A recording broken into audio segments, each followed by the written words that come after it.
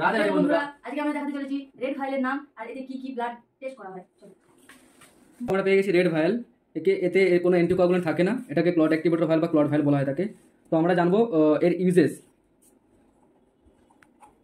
বায়োকেমিস্ট্রির জন্য ইউজ করা হয়, বায়োকেমিস্ট্রি টেস্টের জন্য, আর স্পেশাল বায়োকেমিস্ট্রি। তারপর ইউজ হয়ে থাকে সেরোলজিক্যালে, তারপর ইউজ হয় ইমিউনোলজিতে। বায়োকেমিস্ট্রির মধ্যে পড়ছে কি urea, creatinine, uric acid, BUN, blood urea, নাইট্রোজেনটাকে বলা হয়ে থাকে।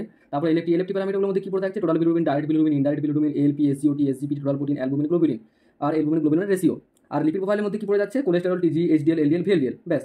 তারপর থাকছে amylase, lipase, CPK, CPKMP, sodium, potassium, chloride, LDH. তারপর উইডিয়াল টেস্ট টাইফয়েড দেখার জন্য করা হয়ে থাকে, ভিডিআরএল। তারপর সেরোলজিকের মধ্যে পড়ে যাচ্ছে এইচআইভি, এইচসিভি, এইচবিএসজি, ভিডিআরএলটাও ওই সেরোলজির মধ্যে পড়ে যাচ্ছে। তারপর থাকছে কি আমাদের আরও স্পেশাল টেস্টের মধ্যে কি থাকছে? স্পেশাল টেস্ট হচ্ছে টি3, টি4, টিএসএইচ, তারপর ভিটামিন ডি, ভিটামিন বি12, ভিটামিন পুরো প্রোফাইল পড়ে যাচ্ছে। তারপর থাকছে আমাদের অ্যালার্জি প্রোফাইল, তারপর ক্যালসিয়াম, সিআরপি, তারপরে এইসব titre, RA factor, ANA, ADA, এসব পুরোটাই পড়ে যাচ্ছে আর কি ক্লট ভাইলের উপর বেস করে।